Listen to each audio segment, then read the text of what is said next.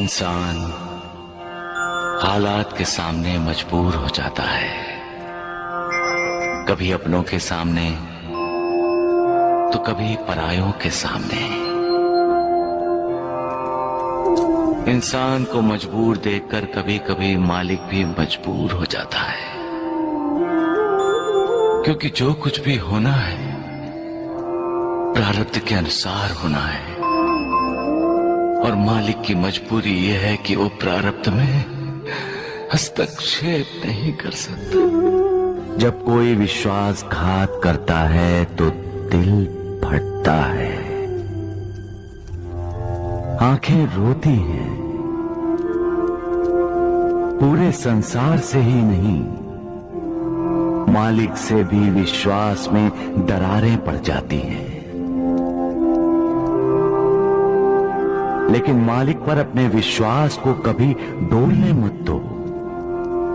हालात कितने भी बुरे क्यों ना हो, मालिक का साथ होगा तो सारी मुश्किलें हल हो जाएंगी। राजा हरिश्चंद्र की मिसाल तो सबके सामने है। राजपाट, धन दौलत, राजमहल सब छिन गया। यहां तक कि उसकी बीवी और बच्चा भी उससे अलग हो गए। फिर भी राजा हरिश्चंद्र का विश्वास नहीं डगमगाया, कभी सच्चाई का साथ नहीं छोड़ा। सच क्या है? सच कौन है? सच ईश्वर है, सच भगवान है, सच मालिक है। बस एक वो ही सच है, बाकी सब मिथ्या है, झूठ है। हर चीज का अंत है, उसका नहीं। वो अनंत है, सब जानते हैं। फिर भी जमीन, जायदाद, जेवर, धन दौलत इकट्ठी करते रहते हैं, प्यार करते हैं उसे। हालांकि सब जानते हैं पैसा इंसान को लालची बनाता है, स्वार्थी बनाता है। फिर भी पैसा पाने के लिए इंसान विश्वासघात जैसा पाप करता है। प्यार करना है तो मालिक से करो।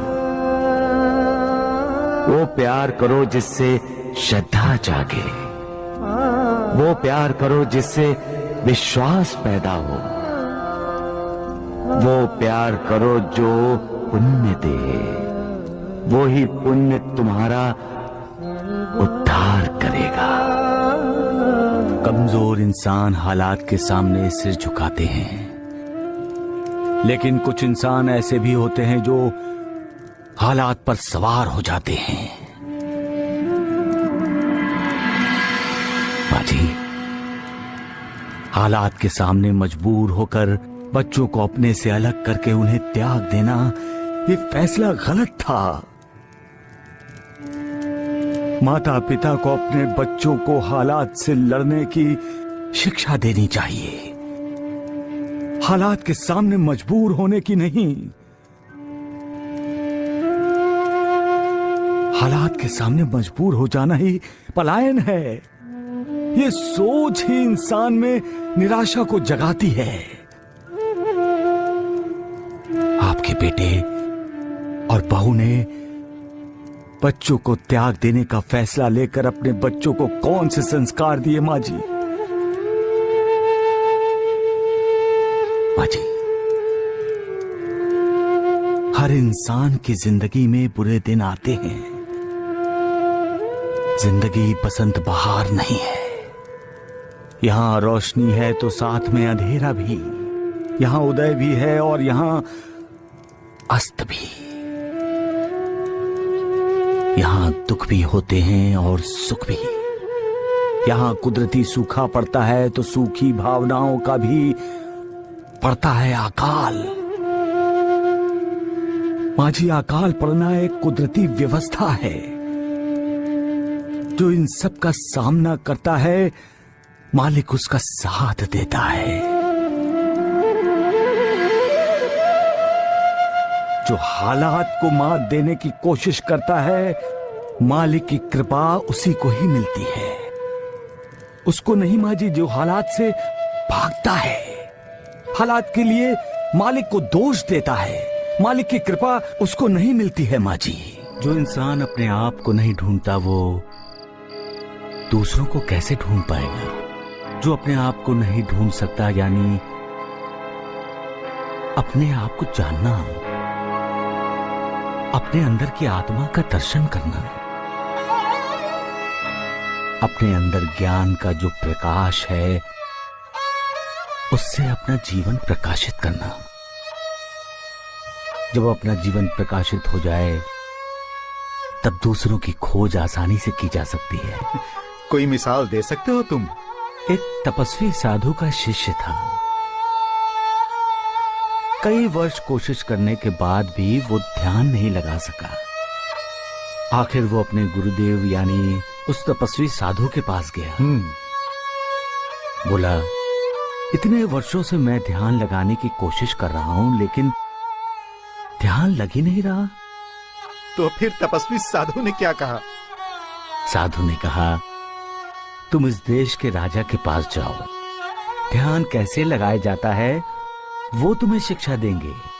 एक राजा? हाँ गुरुदेव। वो राजा के पास गया और जाकर उसने देखा कि राजा तो मदिरा और मदिराक्ष में डूबा हुआ है। हाँ गुरुदेव, ऐसा ही हुआ। नर्तकी का नृत्य देखने वाले राजा को देखकर शिष्य लौटने लगा।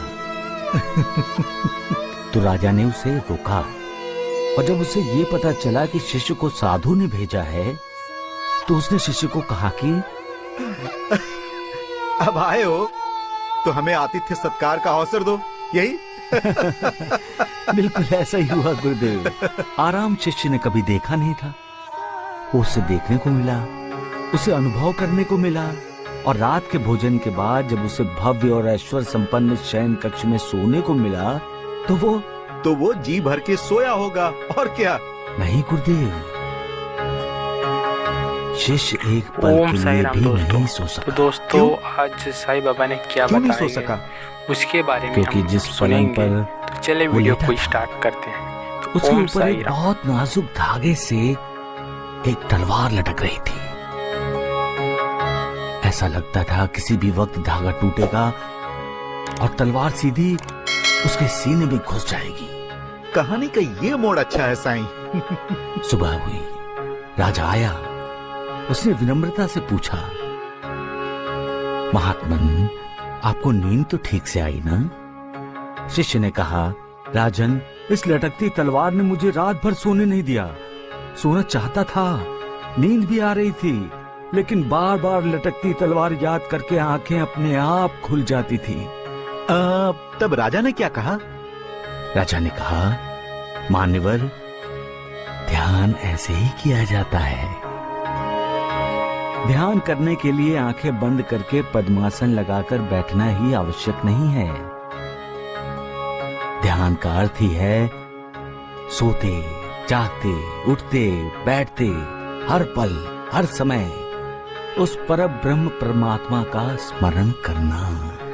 बढ़िया, बहुत बढ़िया साईं, बहुत बढ़िया कहानी सुनाई तुमने, वाह। गुरुदेव, जब हम ध्यान लगाते हैं तब हमें हमारे अंदर की आत्मा के दिव्य दर्शन होते हैं और आत्मा के दिव्य प्रकाश में ही हमें उस निर्विकार के दर्शन हो जाते हैं। इसलिए कहते हैं कि पहले अपने आप को खोजो। सबका मालिक एक। ओम साईं राम। दोस्तों तो हमें इस वीडियो से यह सीख मिलती है कि हमें अपने जीवन में क्या करनी चाहिए और क्या नहीं, ये बताए गए हैं हमारे साईं बाबा ने। तो इसे अपने जीवन में ज़रूर उतारने का प्रयास कीजिए और वीडियो को अच्छा लगा होगा तो वीडियो को लाइक कर देना। चैनल में नहीं तो चैनल को सब्सक्राइब करके और नोटिफिकेशन ऑन कर लेना ताकि मैं जब भी नए वीडियो डालूं तो सबसे पहले आप लोगों के साथ और आपको सबसे पहला मिले। तो लाइक कर देना, चैनल में सब्सक्राइब कर देना और फिर मिलेंगे एक नए वीडियो के साथ। तब तक ले ओम साई राम। और आप भी कमेंट में ओम साई राम ज़रूर लिखिए।